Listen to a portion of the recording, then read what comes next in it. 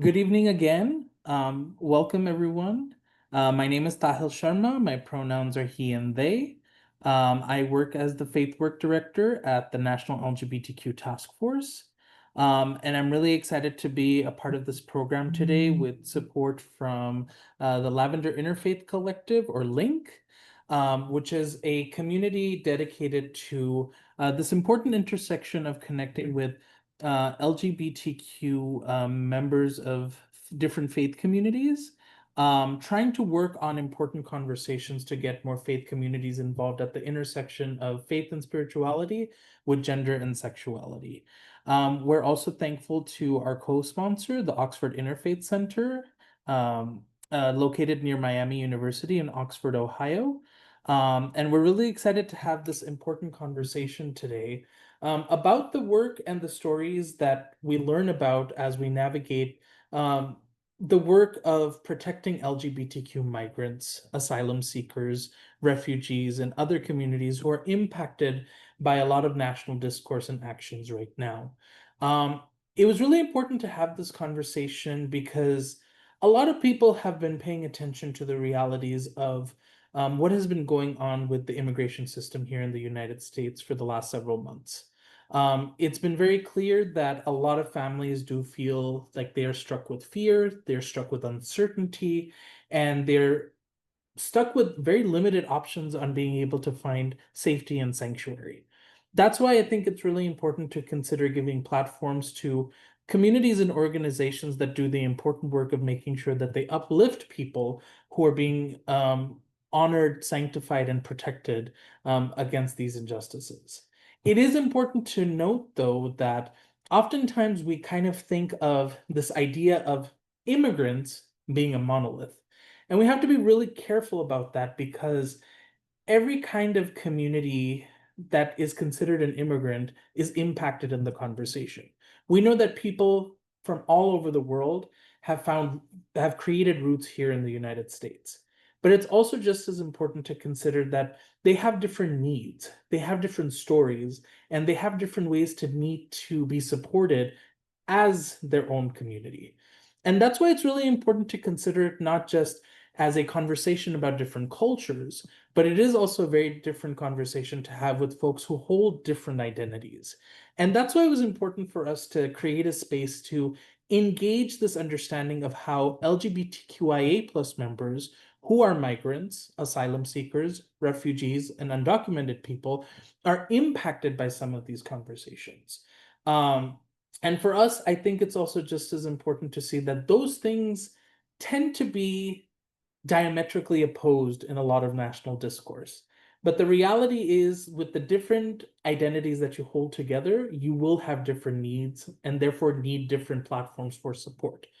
That's why we've had the unique opportunity to be able to gather these amazing, activists and community organizers on the ground who know the work of being able to address some of these unique intersections.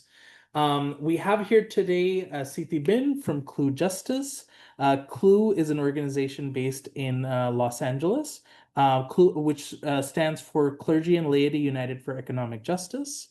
Reverend Diego Salazar-Galvis is a part of the University Christian Church community, which is a part of the United Church of Christ congregation in San Diego. And Brigitte Baltazar is with Otro, Lado, which is a significant immigrant rights organization based in Southern California and has been doing work directly at the border, which is why it's called Otro Lado, or on the other side. And so we're going to have this space to be able to hear presentations from each of our speakers. Each of them will have 10 minutes to be able to talk about their work. That'll be followed by some initial conversation between us four, and then we'll be opening it up to question and answers from the audience. You will note that the chat box is closed at the moment, and we just want to make sure that our speakers are focused on what they need to talk about. And once we hear from each of them, we'll open the chat box to allow you to ask your questions and then take the conversation from there. So without further ado, Sithy, I pass it to you. Hey, good evening, everyone. Thank you all for being here. So today I will be sharing about Clues Welcome Network, which I am overseeing. So my name is Sithy, Ben, the faith-rooted organizer in the immigration side for Clue. And so I will share the screen right here. So Clues Welcome Network is a faith-rooted hospitality and solidarity space for immigrants and refugees.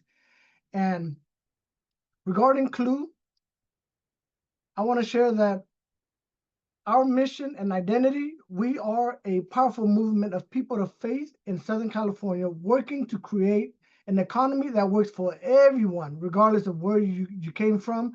And so it's not just for those at the top.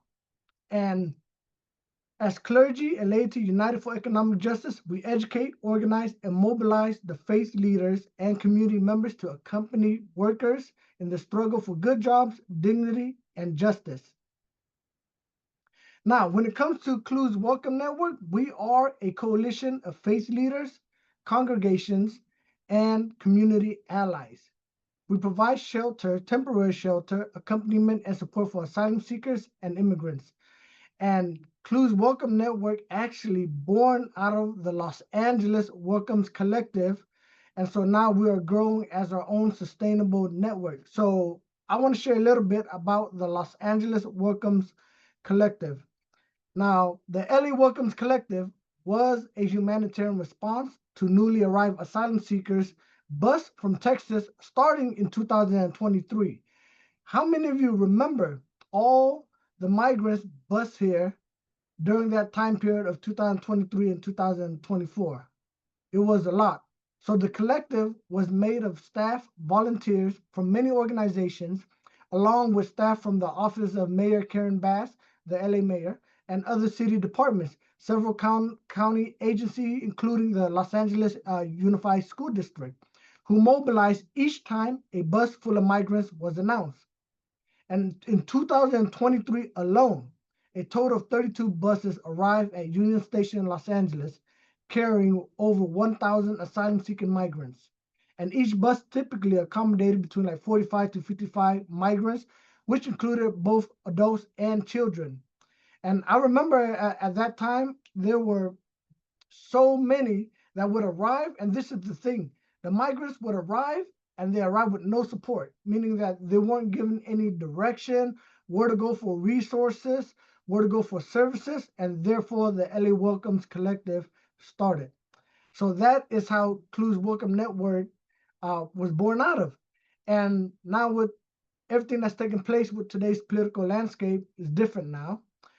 And so part of Clues Welcome Network, we have shelter and hospitality spaces. We have over actually 30 congregations and faith partners currently providing short-term or overnight shelter, which includes from like 24 hours to a couple of weeks to even a few months.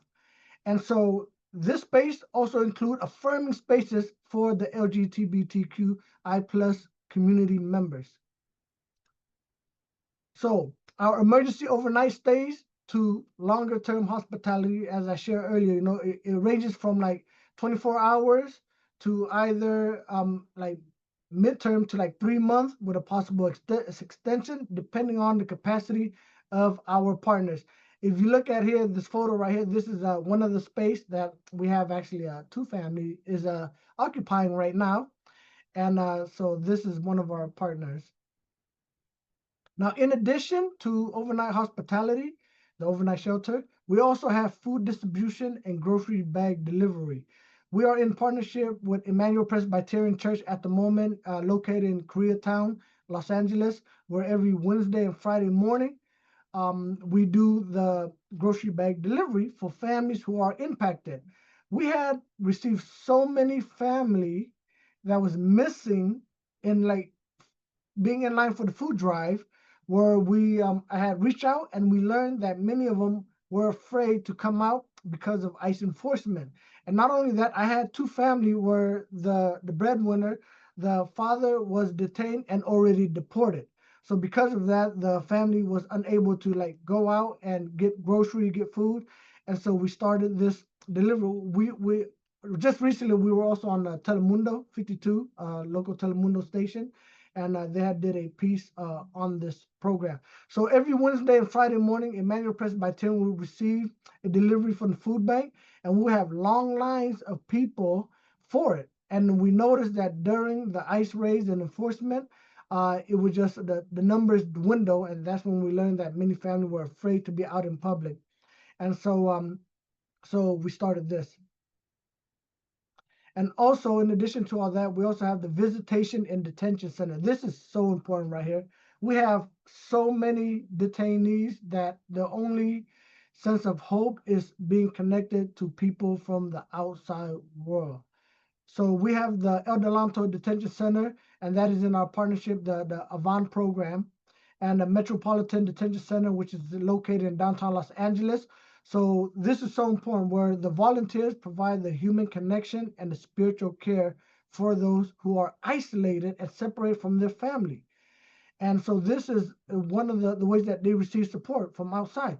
And in addition to all that, it's also important for our volunteers to be able to document what's taking place on the inside, the cruel condition that is happening. And, a side note, we learned that some of our regular volunteers who are not clergy or an ordained minister or rabbi, we learned that our regular volunteer can't even come in with a pen and a pad anymore to take notes. They're not even allowing that, so we see that the barriers is there and intensifying when it comes to like supporting our immigrant brothers and sisters who are in detention center. We also have the sponsorship and bond support. We've seen that judges increasingly grant release when a sponsor is identified. Now, many cases, so this is, I love this part.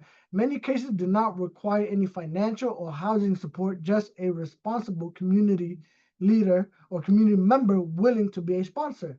And also, Clue has developed a sponsorship network to complement the active bond fund. We have an emergency bond fund, and praise report, we actually reunited 3 families already through the bond fund support. And it's a whole nother story on its own about the challenges and difficulty of our volunteers trying to get our community members released from detention center through bond. And so all this, any of you have any questions or comment, we could address it afterwards during the Q&A session. So, and of course, our goal in this is to reunite families and stabilize lives after release. Now, why it matter? It mattered because as many of you seen with your own eyes or even experienced, there's increased ICE enforcement under the current administration. There's growing housing and food insecurity among our asylum seekers. Then we also see that our LGBTQI plus migrants face unique risks, higher rates of violence and discrimination and rejection. So Clue's Welcome Network provides a faith-rooted, affirming safety net. And having said all that, here's another amazing thing that had taken place. We are in partnership with Rainbow Railroad. How many of you heard of Rainbow Railroad? Now, Rainbow Railroad is an international nonprofit helping our community members escape violence and persecution worldwide. And they have this amazing program called the Community Support Teams, CST program, which groups of volunteers offering 6 months of financial, housing, and integration support. And so this perfectly aligns with Clue's Welcome Network mission of providing temporary shelter, accompaniment, and solidarity.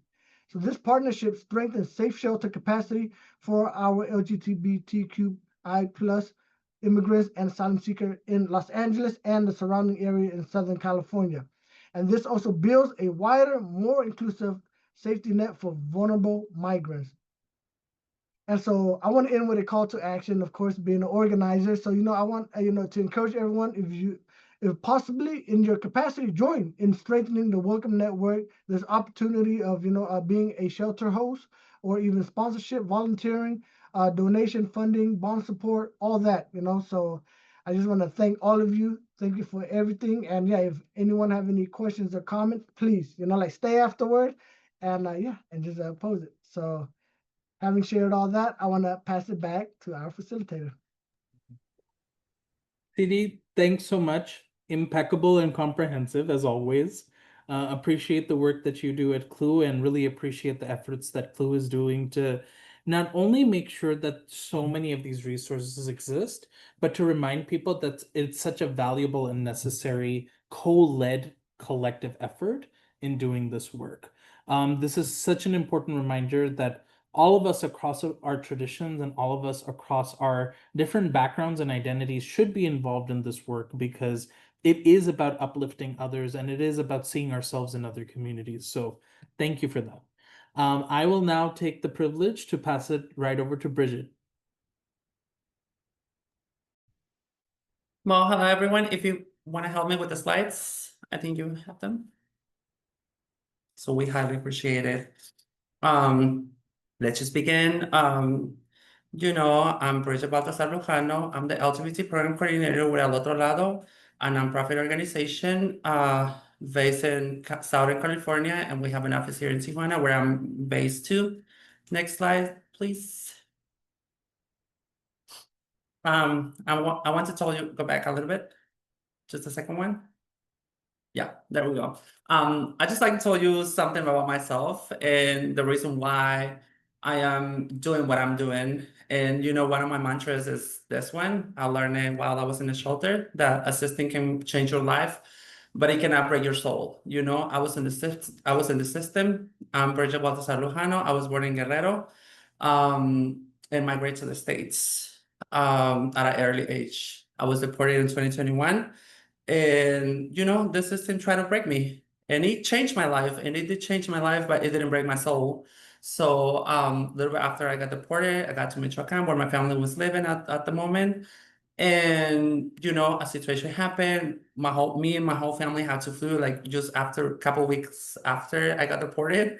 So imagine that we have to move to Tijuana, and that's where I met the incredible team of Otro Lado doing this Know Your Rights presentations at one of the shelters, because yes, I was living in a shelter for over a year with my whole family. After a while, my family was able to cross. After almost over a year, my family was able to cross to the States to seek asylum. And I just decided to stay back. Yes, it was a hard decision to make, but it was no choice, And for me, I was like, you know what? I'm not gonna let the system try to destroy my life, or a little bit of the life that I have back just a couple months ago. So I decided to step back, and I'm like, you know what? I'm gonna join this fight. So here I am, letting the system know that they did change my life dramatically, but they didn't break my soul, and I'm still here trying to help others. Next slide, please. Our mission with El Otro Lado is to protect the human rights of our asylum seekers, and that is including the LGBTQIA+ asylum seeking rights. One of the things that we do with the organization is, for example, we just filed a lawsuit against the U.S. government that challenged the human rights violations of asylum seekers, including those in the LGBTQI+ community. For example, like I said, in June, we filed this lawsuit that challenges shutdown of asylum at the border. That's a big one. That's a big battle that we're still going on with the government. One of the other things is that, provide legal orientation for people, holistic trauma-informed help for people. For example, to let them know that they have the legal right to file an equivalent complaint to the police station. Like a lot of people, especially from other countries, they think that just because they don't have a legal status in this country, that they cannot file any complaints. And a lot of government office make sure to let them know that. So we're here to let this government state officials know that that's not true, and we're gonna accompany these people to file any complaint. Call it like police complaint, call it like Human Rights Commission complaint. So we empower individuals to do all this, including just back in March, April, we did a workshop for transgender women, and that was amazing because I am a transgender woman, so I love when we do stuff like this for our sisters. So one of the things that we did, it was, we met a local photographer, and we started doing a photography workshop where we, lead them to know that we as a trans women, as society, wants to keep on or continuing telling us that we only look for sex work. So we're here to tell them that that's not true. You know, it doesn't matter if you're trans, if you're gay, if you're bi, like you're here and you can do whatever you want. You can be whoever you want, and we're not gonna let society tell us otherwise. So, you know, I love to empower our sisters, our brothers, our community to show society that we're not just whatever they want us to think or they want to think of us, you know, because we've been living society's life for so long, so it's time now to let society know that we're living our lives, not theirs, you know? So one of the other things is that we do have partnerships with other organizations, like local organizations or shelters that they provide assistance and housing for LGBTQI plus asylum seekers. So that's one of the other things that we do, you know? Next slide, please. This is a good one, you know, and we're going to talk a little bit more about what we just talked before. You know, one of the challenges, for example, you know, tomorrow I have to be up at 7 a.m., which is it's not an excuse, or it's not I'm not mad about it. I'm just mad at the system because, you know, like I had to go to a general hospital, to a hospital here in order to make sure a person is able to obtain like antiretroviral medication, which is something that we shouldn't be doing, you know? But that tells you something about, a little bit about what the government in Mexico is doing, you know, not just in Mexico, but in general. So, you know, it takes me or someone else to accompany these people in order to make sure that they provide them the critical medical attention that our LGBTQI plus asylum seekers need, you know? So that's one of the examples, you know? The other thing is like, you know, how we face discrimination by the system constantly. That's why a lot of people, you know, if you go to a hospital, if you go to a state official government office, you constantly get discriminated by your gender expression, by your sexual orientation, but just by the way you look, you know? So we're here to tell people that they're not alone, that we're not gonna let them down.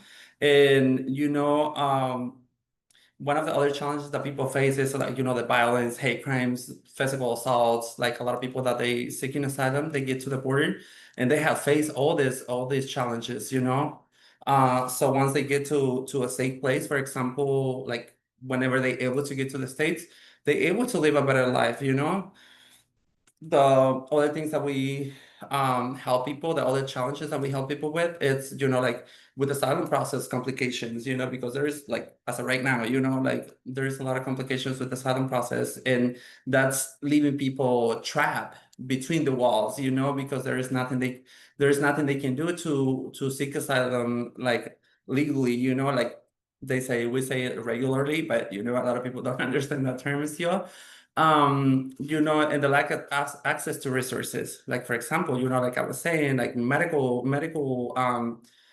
access, you know, legal access that some people are not able to just because they're like they're like legal status in this country. Next slide, please. You know, the holistic support services that we provide in general, but we're just right now talking about the LGBTQIA plus asylum seeking community. But we do provide this in general for just any asylum seeker, which is legal counsel. As you can see in this picture, we do provide our legal consultations on our legal clinics every Tuesdays at our office here in Tijuana. So as you can see, we pretty much have always have full house with people like asking questions, like telling us the rumors that they've been hearing, and we're here to, you know, to helping out with that, like medical referrals in my case, like I was saying, you know, like people that they need like antiretroviral medication, like STD testing, PrEP medication, hormone treatment, like just anything medication or like medical attention in general, they come over here to our office, and you know, we're able to provide with them, you know, deputy support. You know, the people that they've been just getting deported, like they don't have access to any of their identity documents because of course the US government failed to at least let them out with dignity and let them out with some paperwork that identifies them, you know? So they come out of the States just recently deported. That happened to me. You know, you don't have no identity paper. So we here to help them with, you know, getting like a Mexican national ID. We help them get the birth certificates because guess what? That prevents them to being able to find a job. So, we're here to help them with all that. The other thing that we do is like advocate for them, like I was saying, there is a lot of places, like for example, where you get the INE, there is a lot of times before that they weren't able to get their ID because they didn't have any like identity document, which was crazy. So we were advocating for them, and now we're able to accompany them and provide this for them. Make sure that the government provides this for them. The other one is the accompaniment, which is kind of like I was saying before, like, sometimes we have to accompany them to just let the government know that we're there just so they can do their jobs. Because if they go alone, they just don't do anything. They just, give them the run around and stuff like that. The other thing is the shelter referrals, and this is in general as well. We do provide shelter referrals according to people's needs. It doesn't have to be just for the LGBTQIA plus community, but just anyone in general that needs like shelter, we are able to provide with the appropriated like shelter referral. Next slide, please.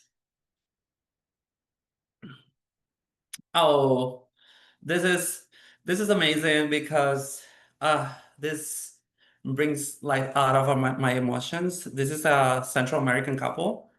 One of them is from Guatemala, the other one is from El Salvador, and their story is really unique. I met them at the end of 2023 at one of the Know Your Rights shelter visits at one of the LGBTQI plus shelters that we have here in Tijuana. I met them there, and I see their love. I see that they were so eager to get married, to get their marriage like legalized and everything. But guess what? They knock on the government's door, and many times they were discriminated and left at because, oh, we're not gonna get married to two guys. That's, they were just getting discriminated a lot again. So I was like, you know what? This is not gonna happen, not in my watch. So, I get on my feet and I was like, you know what? I'm gonna find a way to get you guys married. No worries. So on January 2024, I was able to find a judge that it was like LGBTQI plus welcome and ally. So she was able to get them married. And I was a witness, not just a witness in person, but I was a witness on their certificate, marriage certificate. So that was amazing. That was awesome that I was part of that, not just in the look for their happiness, but to be witness of their happiness. And this couple's journey didn't finish here. After they secured a CBP1 employment, they were able to cross. Guess what? Once they were in the States, they didn't have nowhere to go. So I was able to find housing for them because that's another of the holistic help that we provide for asylum seekers. So I was able to secure a shelter in New York where they're happily living right now, and they were able to apply for the state's benefits and stuff like that. So, this tells you how the system is constantly trying to break us, and it's constantly changing our lives. But as you can see, and as I told you at the beginning, they can do that. They can try to change our lives, and they might change our lives, but they cannot break our souls and our love, as you can see in this picture. So next slide. Well, this is the end of it. I want you guys to know, anyone out there in the audience, here is my email, Brigitte@alotrolado.org. Here's our social media for the organization, our website.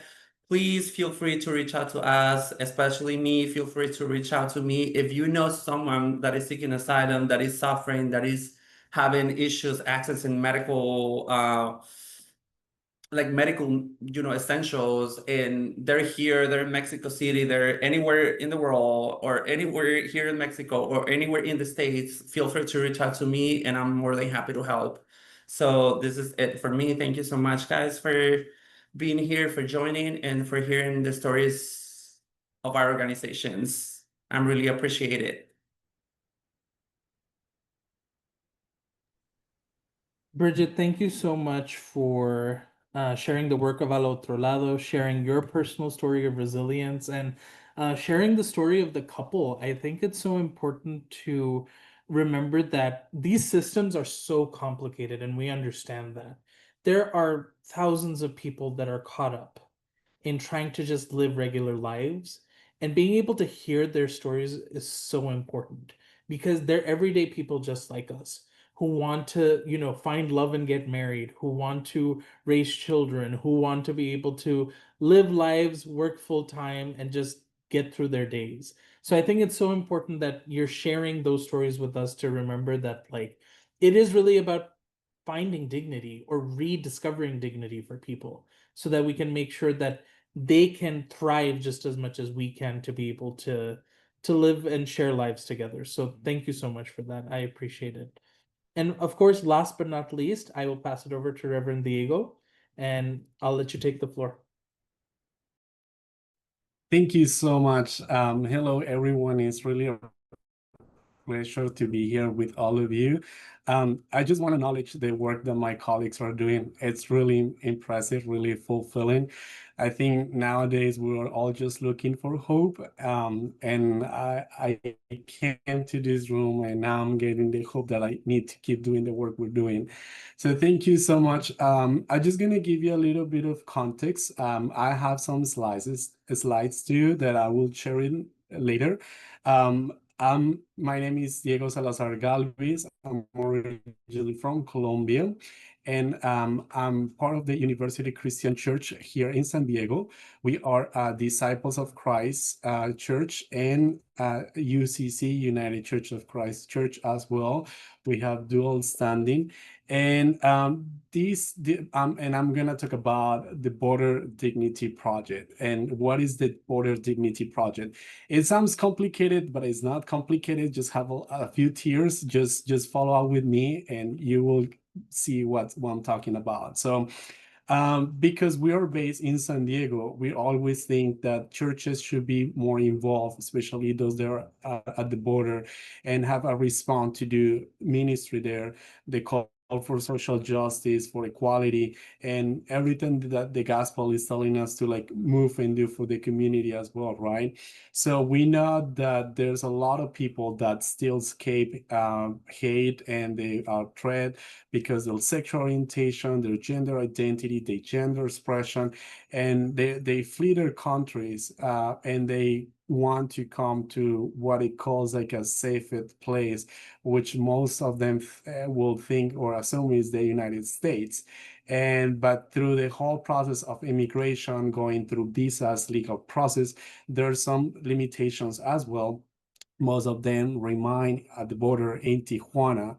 And we all know that at the beginning of the year, the administration closed the CP1 application, which is the legal process to legally request asylum in the United States. So we were thinking in our congregation and with different partners, what we can do or how we can do this. How can we respond to this as a community of faith, as a faith leaders as well? And myself recently got hired to University Christian Church to do Latinx ministry. And we were thinking like, hey, Latinx ministry, it's always about the border. It's always about like what's happening. Just an educational piece. Immigration is not just about Latinos. Right? We have to like deconstruct that social stereotypes that happen, like immigration, oh, Latinos. Everyone immigrates. And now when you go to the border, especially those organizations as well, we got Russians, Chinese, Arabs, a lot of people trying to look for safety in the community as well. So I think that's one of the things we should be doing. So we come with the idea, okay, so if people cannot come to the US and the border is closed and people cannot file a legal asylum, what are we gonna do? And it's like, well, we have to create and come with creative ways to beat the system or be around the system. So we say like, well, if they cannot come to us, we go to them. So, and basically what we do is to really go and respond to the humanitarian need that is happening at the border in Tijuana. So, and this is kind of like a bridge. I will show a picture that I love later on, but I will say so. What Border Dignity Project is basically a border that brings dignity to the people. And I like that word dignity because we assume that because people immigrate, they have to come in at really hard conditions. Even if you come through a work visa, you have to like take the less salary, you have to do that. Or if you come through the water or any desert or many ways to come, there's like, oh, whatever it left, it's for you. And we want to change that dynamic. We want to treat people with dignity as well. That's why we call it Border Dignity Project. So our border project basically has 3 tiers. So the first one is an education component, which basically will be working with organizations, education, what is immigration about, what are the laws that are happening, and taking people down to the border in Tijuana and have them to like immerse themselves of what the dynamics of the border that happens, like the cultural change experience, the language experience, the people that come and cross every day to the United States as well. So and understand what is going on about the border, because there's a lot of myths about what immigration is. So that's the first year, taking down congregation groups, organizations, campus ministry, institutions to the border and learn about that. The second tier, it's a humanitarian response that we have been able to accomplish already, which is really excited. So actually, there are different LGBTQ shelters in Tijuana. I don't know exactly the number, but we are working with 5 different shelters, LGBTQ shelters. And sometimes when I was visiting these shelters, I asked them like, hey, how are they spending their day here? Like just they wake up, they make the meals, and what happened after? And like, no, they just wait for the night to come. And I was like, oh, we should utilize this time that people are spending in the shelters and create programs that allows them to get employable skills. So once they are able to come to the US, they will be self-sufficient immigrants that can work by themselves, speak the language, have been a come and utilize the time they're spending there in Tijuana. And there's an organization called CESFON, which is Centro de Escalabilidad para la Formación del Inmigrante. And if you don't speak for migrants, and basically what they do is provide job training skills. So there's some welding, driving lessons, language skills that people from the LGBTQ community can participate, can be there at their program, and they utilize the time then. So in the third gear or the third tier of this program is once the border opens up, and because we already have contact with the potential asylum seekers in Tijuana, we will partnership with different congregations in the US. So people, they can serve as sponsors, but not just legally. They can take care of the people as well, you know, until they might need 6 months to 1 year a process of application till they can get their work permit. So in that sense, one of the congregations can be a sponsor and support their journey as well. And not only just thinking about like the legal or financial aspect, but also finding a community of belonging, a place where you can say like, hey, I've been escaping a lot of harm, a lot of hate because my sexual orientation, because who I am, because my gender expression, and now I find a community that is open and affirming and celebrate who I am as well. So, and because the people already been working with employable skills, once they got their work permit, they are eligible to do something else in the US. They have the language skills, they have the driving license skills, so they can move around. And that's what we call it dignity, you know, bring all the, breaking down all the dynamics that tie people to create that codependency, and rather be just bring that dignity as well. And I want to share some pictures, and I hope it's clear. If not, I will try to do my best and the question section to share more about it. So, but I just want to see that this border project is start kind of like last year was the initial conversation we got around November, December.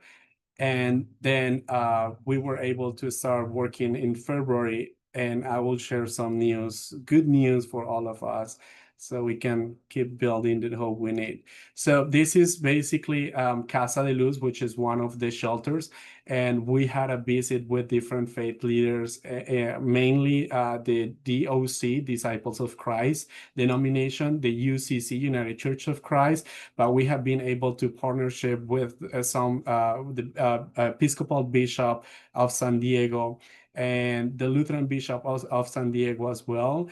And we want to spend this ecumenical way. I think one of the best ways that we can do now is work ecumenically and join forces rather than just keep doing the separate stuff. And actually this week I have a conversation with a Presbyterian minister, the dean of the Presbyterian of the Southern Conference of San Diego, and he is also into this project as well. So we're growing and making things possible for people.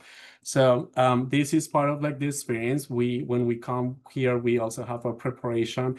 It's not like a field trip. It's really an immersion experience and understanding the dynamics of the people. So we got some training as well. And we also, this is Casa de Luz here. So we have, and we believe that one of the things that we can come across injustice is creating relationships. So basically we got the participants to create relationship with people of the shelter, communicate.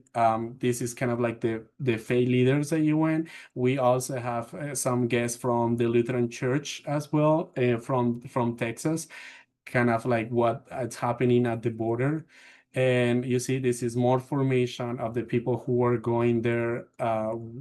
This is myself with Max at Casa de Luz.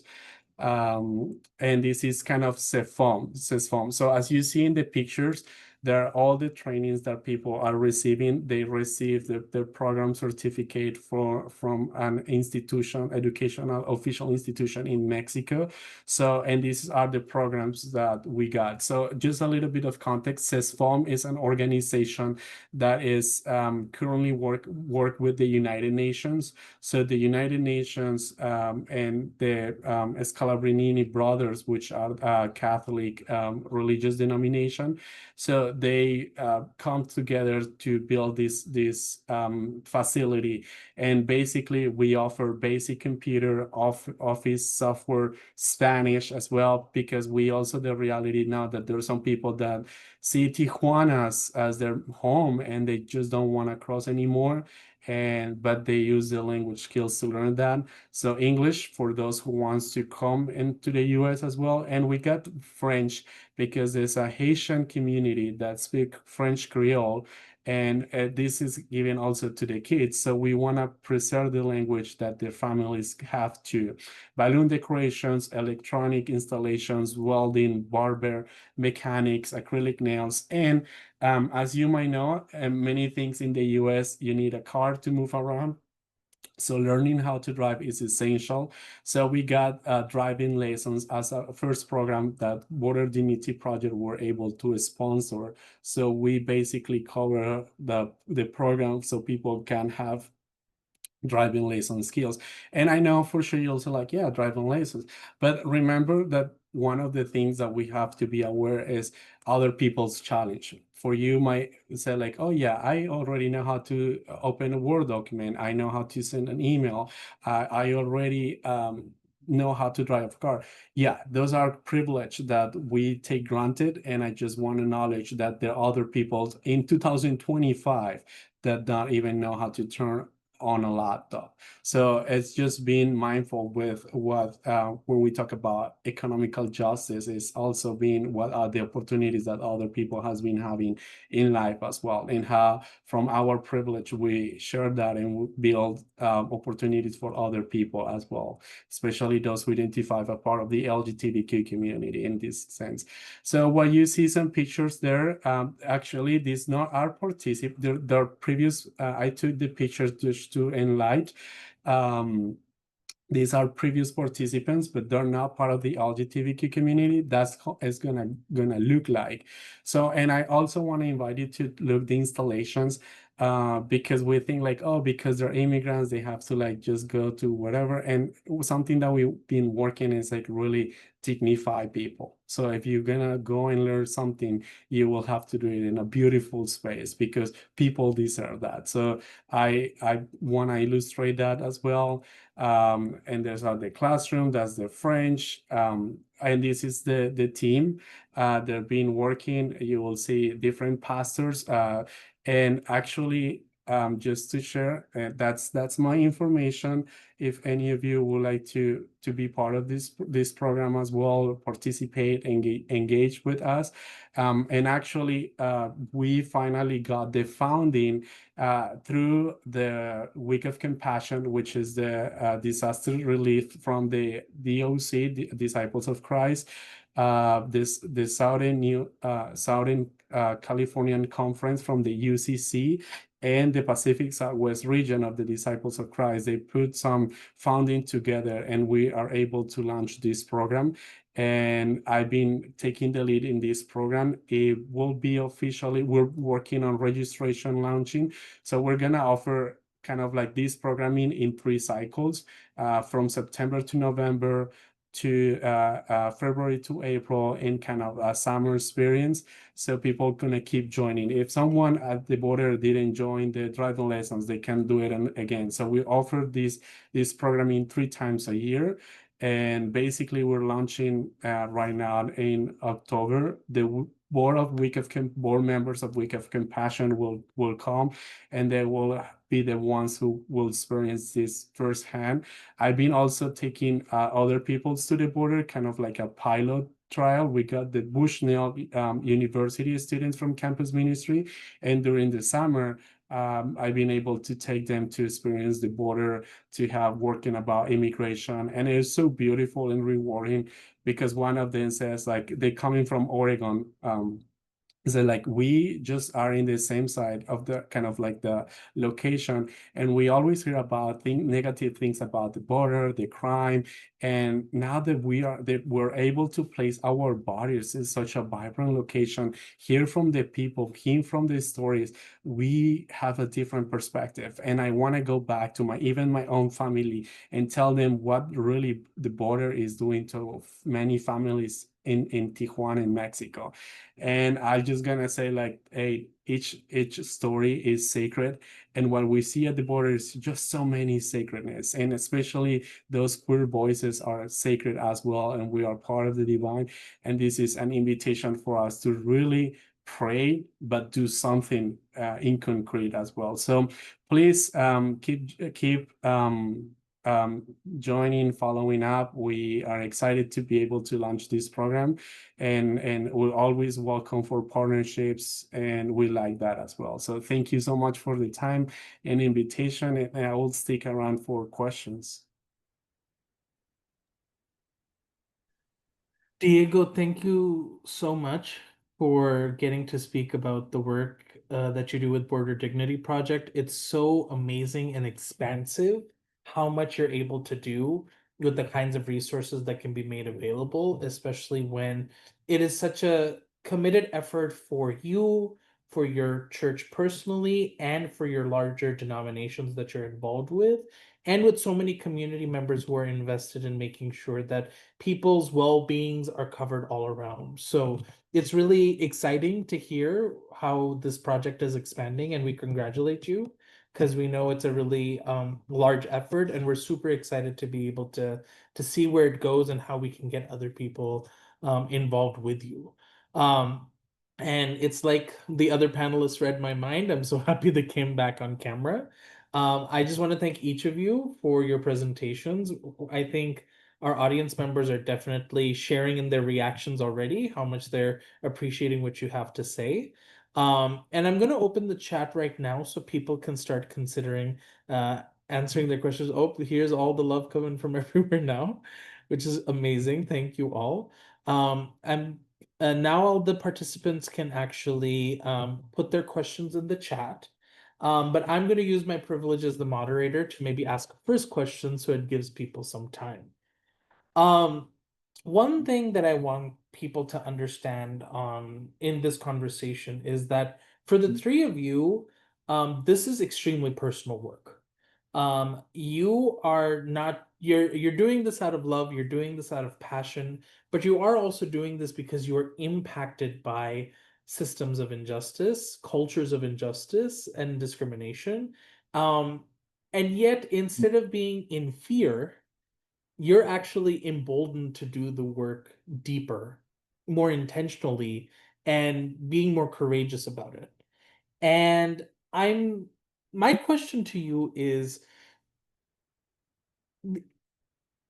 it's so complicated to ask you this question, but I want to ask, what keeps you doing the work knowing that there's so much fear and uncertainty involved in it?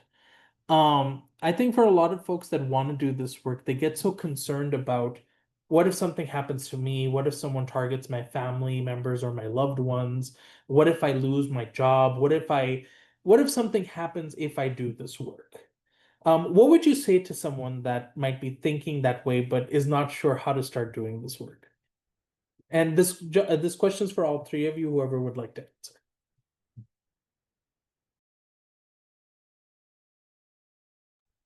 I can share first. So for me, I learned that when I'm at home and just going through the news or the social media feed, there's so much negativity and attack on, like the immigrant community.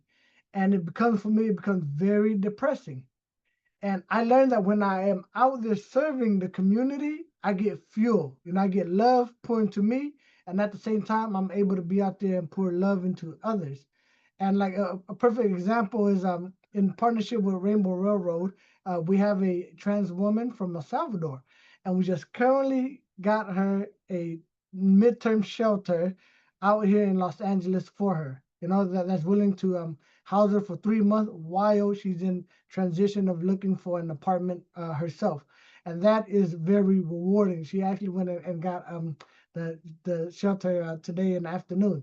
And so like things like that, it is very like fueling, like for the work that we do, because without serving, I learned that myself, like I start to become empty. So that's just for me. So this line of work, I know that one little win, it is huge, not only like for the person that we are serving, but it's for the whole community. So yeah, so that's for me.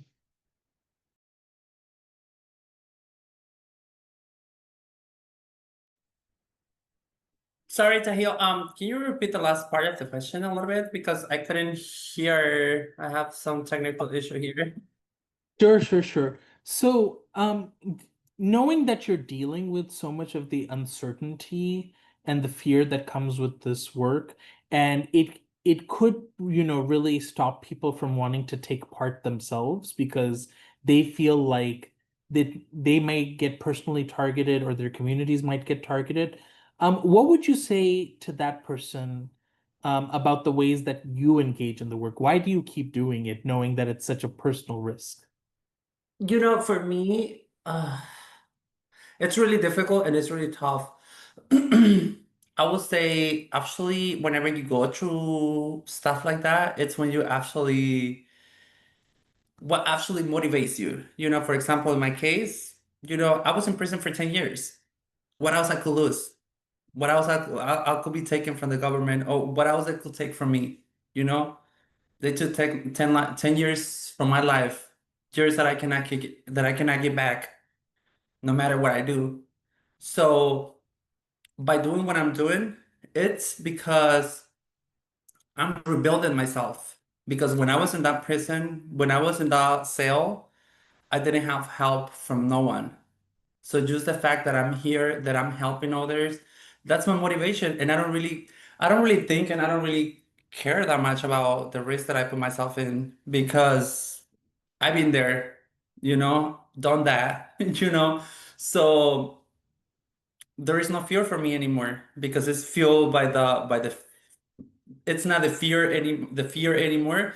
It's like the fierceness within me that empowers me to keep on moving. You know, every time I get someone out of danger, every time I get someone to receive the critical help or medical aid that they need, every time I'm able to just provide shelter for someone, not provide it myself directly, but being able to give this to people, it's just me giving that back to little girl Brigitte being locked up, you know? So it's rebuilding myself. That's what it keeps me motivated, moving on. And yes, of course, we get tired, we get annoyed, we get sometimes disheartened, especially at these hard times. But this administration, you know, there's no hope for so many people. So what can I do? Just sit there and be the same as them? No, I'm here to tell them like, you know what? Even that you don't see it that way, there's always hope because we're alive, because we're still living, you know? So I will say to put the fear away, to put the fear in the luggage and throw it away. So don't be afraid. Join the movement, you know, every single help counts. So don't be afraid, join us and let's keep on breaking the barriers.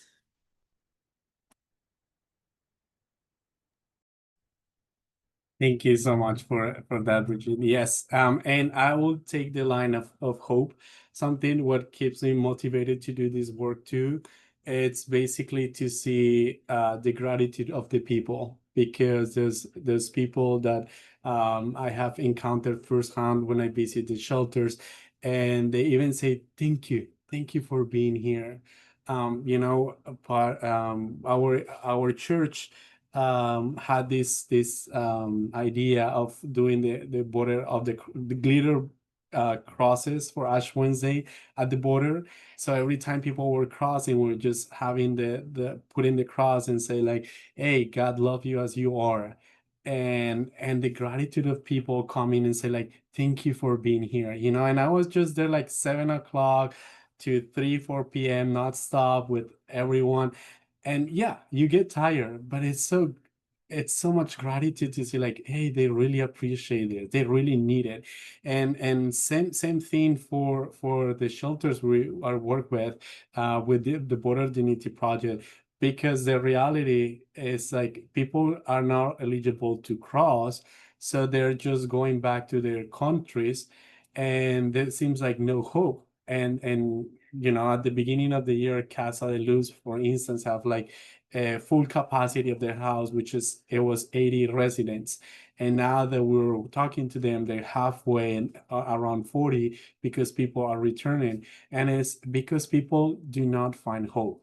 But with this programming, with these things that we do together, they can, hey, I can make it. There's something. So it's even for us, for myself, or it's like, Diego, where did you get hope?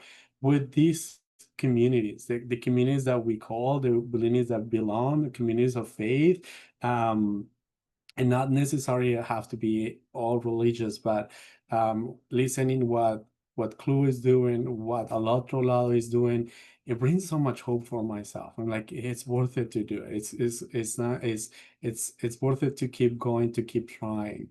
And I am aware that, you know, many people can't openly speak about certain political situations, but I will say there are many ways that you can help, even when we say like behind the scenes.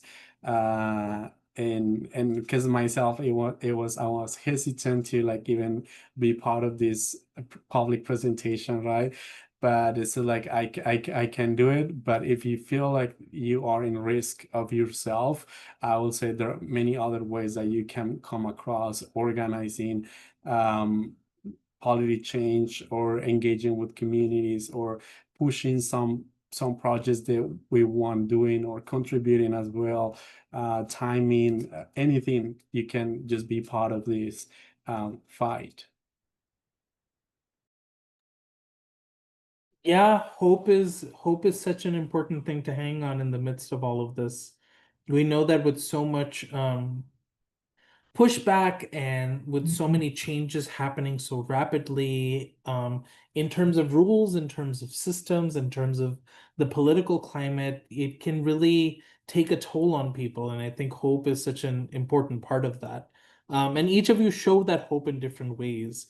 The personal investment of hope that you have in seeing change, the personal hope that you hold through courage because you know that you want to be a part of the change, and wanting to see hope because it has to look different than how things are looking right now. And it can be really tough to see that with so much clutter, with so much vitriol that exists. And I want to ask one more question, just paying attention to the chat. There is one question that came up that I will bring in right after, but a big part of the conversation ends up being this really tough relationship with religion as well, right?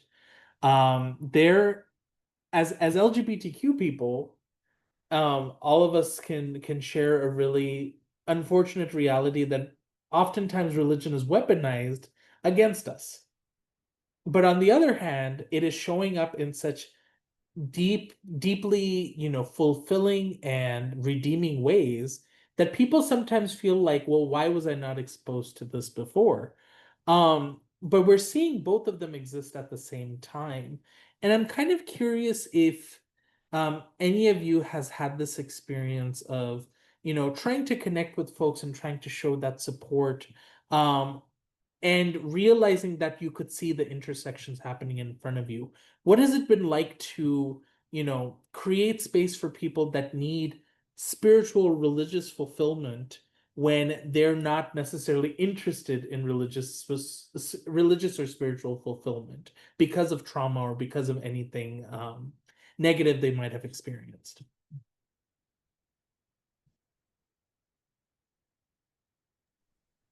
I guess I'll go first on this one too. So for me, I feel that actually majority of us had clue that everyone experienced the divine differently. And I know that many people go through life experiencing things that are negative or positive, either or. But I do know that what's important for us within like our network, you could say, is that we connect with the humanity of all, regardless of where they are from, and regardless of like who they identify with, which community or so. So for us, it's very important that the love is expressed to all, regardless. And then I learned myself that there are many, or some, not many, some colleagues that when they are disconnected with the humanity, then we see the violence, we see the harm, we see the hurt. So for me, it all goes back where the value of like that all human beings are full of value and worth, regardless of where they are from, regardless of who they are. And when we are connected with that humanity, then we see like the love that's expressed in a way where people like this beloved community where everyone is welcome and accepted. So yeah, that's my experience. Thank you, Sithy, for that.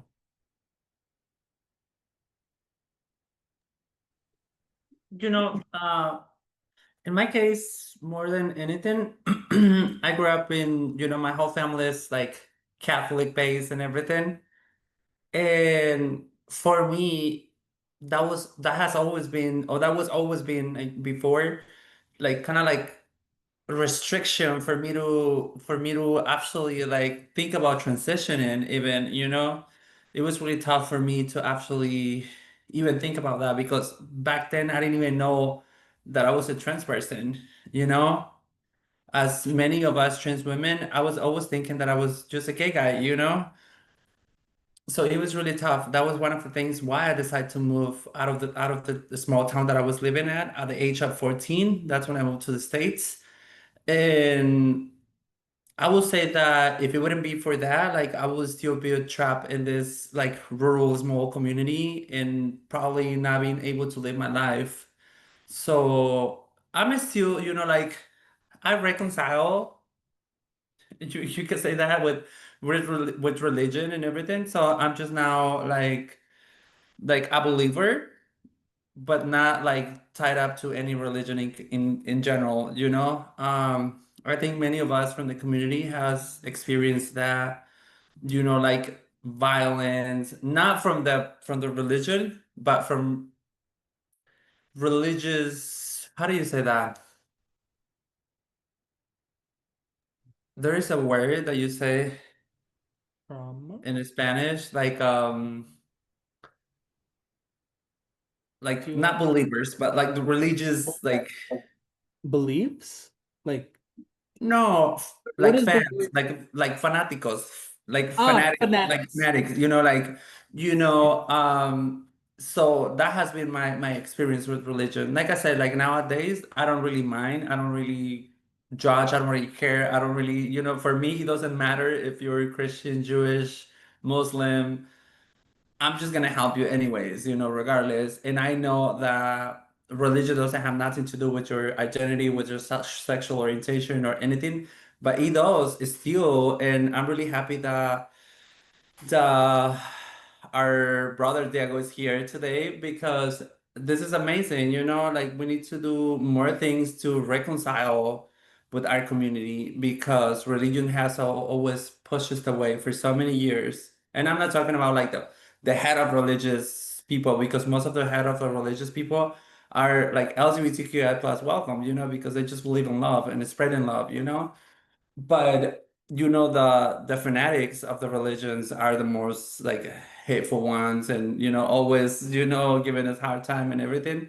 So it's just about time, you know. There's a lot of people that I have met that they're like, oh my God, I wanna, you know, practice this religion, but I'm so afraid, so scared to do it because there, you know, we cannot do it openly because our identity, our sexual orientation, we will always be like pinpoint or you know, tag or like victimized for it, you know?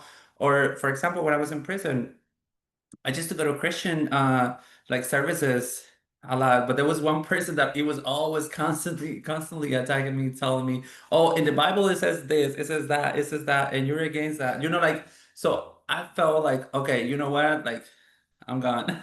You know, but not because I didn't believe, it was just more because I was constantly like a target of it. So that's kind of like, I don't know if that helps, but like that's kind of my experience with religion.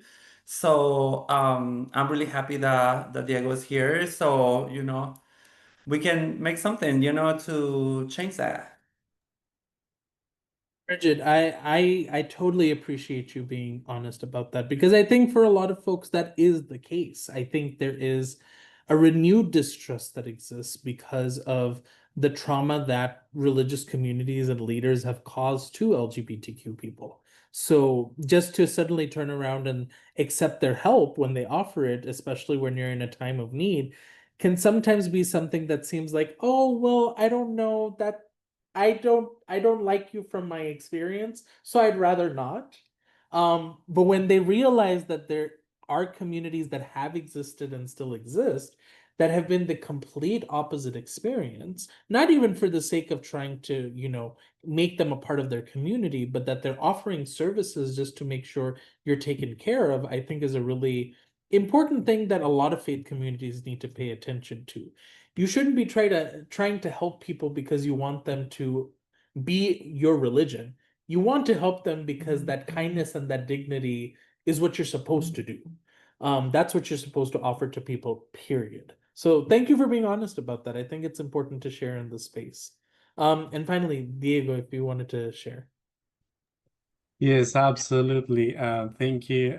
Yes, even the ones that we are open and affirming, we also lead with the trauma too, because we got other people saying like, "Oh, you're misreading the Bible. You are condemning people, leading people in the wrong way." But I will say, as we go into these spaces, there are other people doing good stuff for the community as well. For even myself, I can see I'm a queer immigrant pastor in San Diego, and here I am, doing work for the community as well.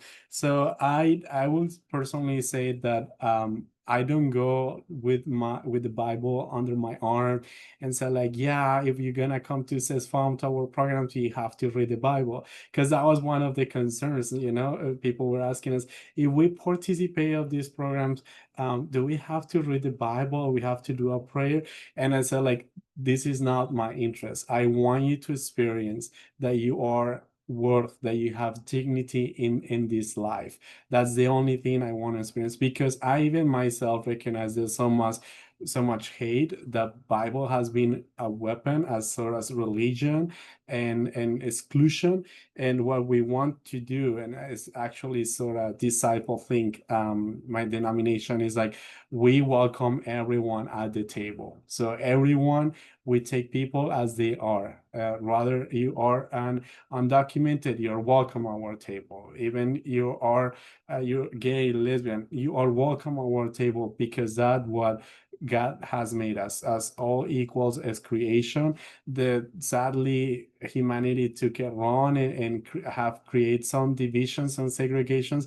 We are here to break that out, to turn those systems away and really bring dignity to the people. So and actually I just show as myself, and don't ask people like, hey, you should come and read, or we're doing this project because we want all the people, when they cross to the border, come to our congregation. That's not our main goal. Our main goal is people feel loved as they are. And I never go even like, actually don't use my title much. I don't go to everyone telling like, oh, I'm reverend, I'm minister.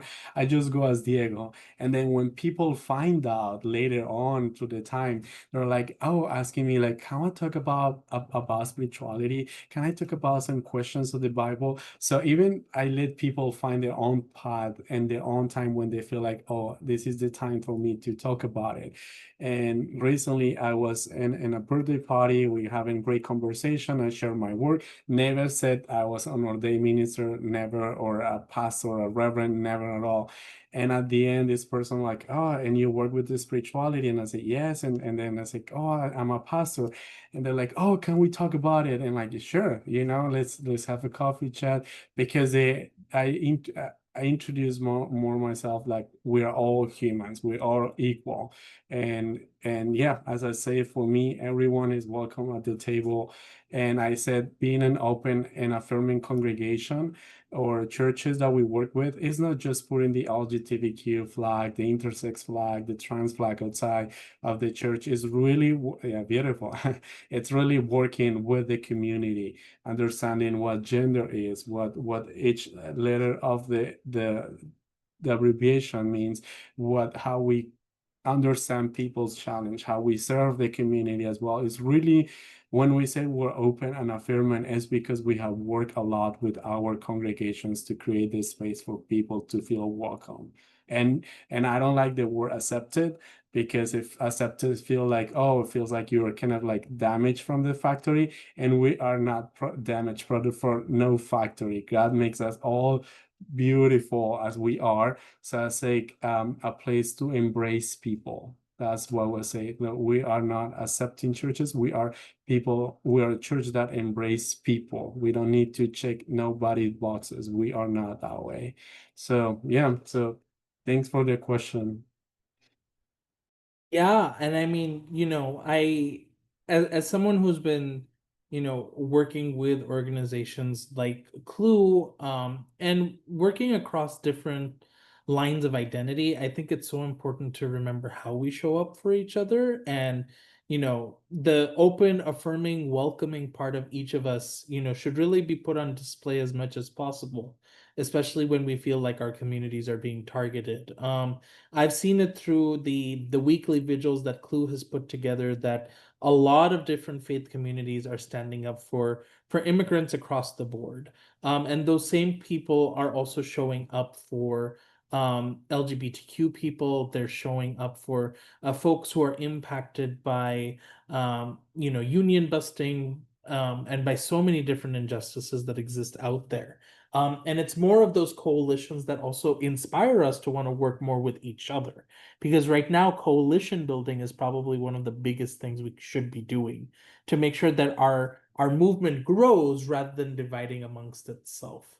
Um, there is a great participant with us on the call, Michael, who has been asking a couple of questions about organizations and things to consider when trying to do your work. So talking about organizations like El Closet es para la ropa, no para las personas, and also elevated access, in being able to think about some of the ways that we could be supporting people. And just for the sake of not saying everything on the call, if you want to look at the chat to see the details of those questions, just to keep things anonymous, I think it'd be great if you'd like to answer those questions accordingly about those organizations. But I also will take this opportunity to bring us to a close. I think it was really just spectacular to hear each of you say what you have to say about the work that you do, for the time that you've offered us today in talking about your work. And I'd like to remind people that, this is where, this is the reason why we do calls like this at the Lavender Interfaith Collective. It's important for us to be able to center the work of important grassroots communities and organizations, and to be able to make sure you remember that efforts are not something we can stop right now. And just because you haven't heard them before doesn't mean they're happening now. So please remember that CLU, the Border Dignity Project, and Otro, Lado are probably really great organizations to support if you can, with your time, with your funds, with your resources. So please be sure to do that. Us as well here at the Lavender Interfaith Collective. We will be sharing a document with some specific information about our speakers and some stuff that we've been finding over the past couple of weeks to share with folks. But one tangible thing I'd like to send to everyone is an important resource from the Immigrant Legal Resource Center. As many of you know, the conversations about our rights as citizens and residents here in the country are super important for us to remember. And when dealing with any kind of authority, it's important to know what your rights are. So they've put together a list explaining what those rights are in 49 different languages, which is fantastic. You can print them out, you can order them, and I think it's a really important resource to share, as people need to know what their rights are as they engage with these issues going forward. So please take a look at that list, see all the languages that are available, see if you can download them and send them to folks that you know and love, print them out in your own ways to share with people who need them, and remember that this is the kind of work that we need to do. So make sure that you're doing what you can to make a difference. Sithy, Brigitte, Diego, thank you all so much for your time today. And I wish everyone a good night and thank you for coming.